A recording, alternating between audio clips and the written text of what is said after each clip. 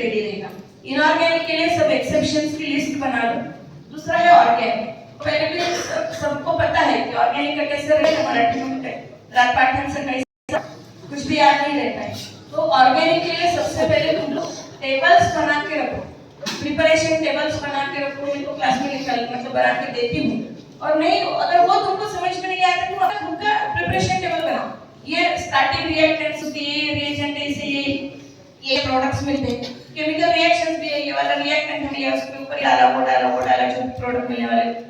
Organic का तो मैं बोलती हूँ कि कल भी क्लास में बोली थी कि अगर हमने अल्डेहिड कार्बोक्सिलिक एसिड स्टार्ट किया, उसके प्रिपरेटिव मेथड्स, उसके केमिकल रिएक्शंस, उसका टेस्ट सब हमको ऐसे बाहर लर्न होना चाहिए, पूरा याद आना चाहिए। अगर सब मुझे याद आता है तो मेरा चैप्टर प्रिपेयर हो गया, वरना मेरा चैप्टर प्रिपेयर नहीं हुआ।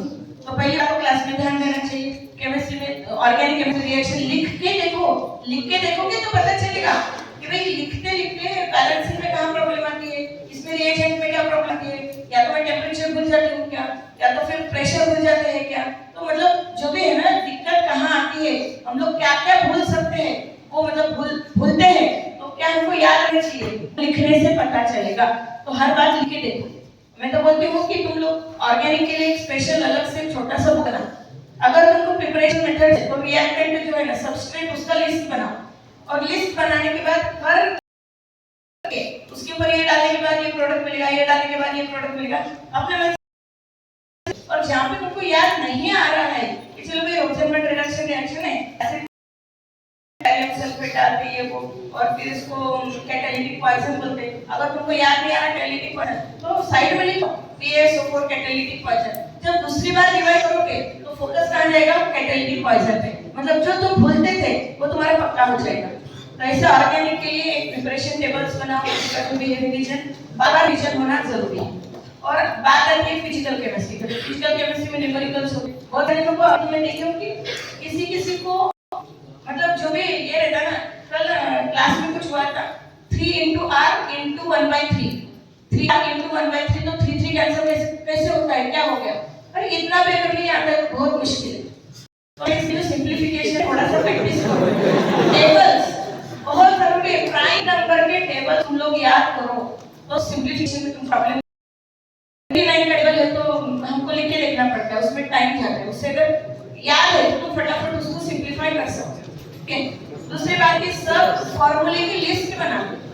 अगर तुम्हारे पास समझो कोई चैप्टर है थर्मोडायनामिक्स है, तो फर्स्ट फॉर्मूले के लास्ट फॉर्मूले, सब फॉर्मूले की एक लिस्ट बनाओ। और फॉर्मूले हर टर्म को क्या बोलते हैं, है ना।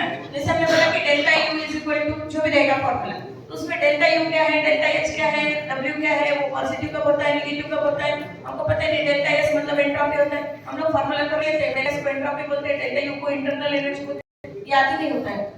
तो हर टर्मिनोलॉजी को फॉर्मूले की लिस्ट बनाएंगे, वो फॉर्मूले की लिस्ट बना लो।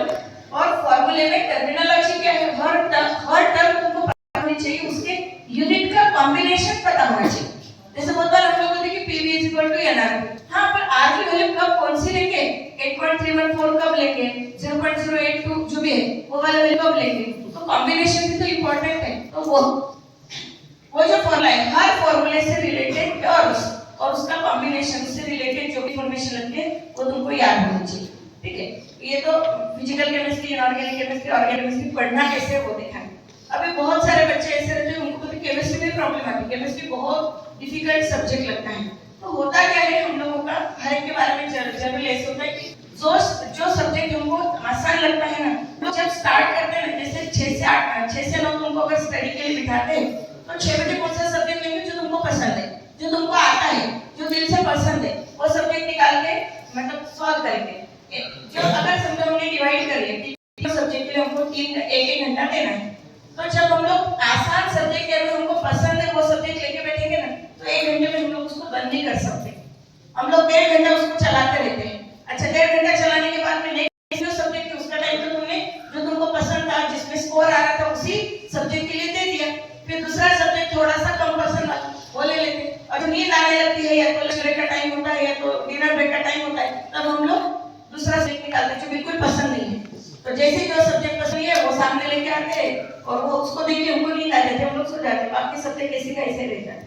अगर केमिस्ट्री तुमको डिफिकल्ट लगता है तो कोई भी सब्जेक्ट में डिफिकल्ट लगता है वो सब्जेक्ट कंटिन्यूअसली 1 घंटा 2 घंटे मत पढ़ो।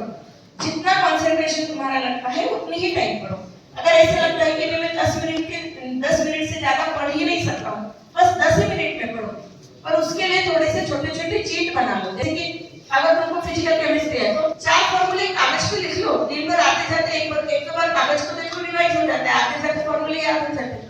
अगर तुमको केमिस्ट्री लिखने लगता है, पहले 10 मिनट केमिस्ट्री कर लो, जो भी तुमको पढ़ना है, रिएक्शन पढ़ना है, याद करना है, फॉर्मूले पढ़ना है, वो कर दो। फिर तुमको बोर होने लगा, दूसरा सब्जेक्ट निकालो। दूसरा सब्जेक्ट निकालने के बाद में वापस केमिस्ट्री निकालो।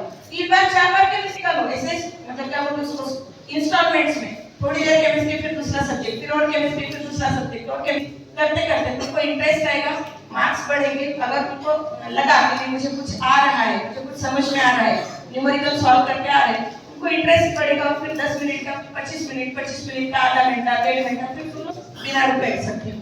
ठीक है।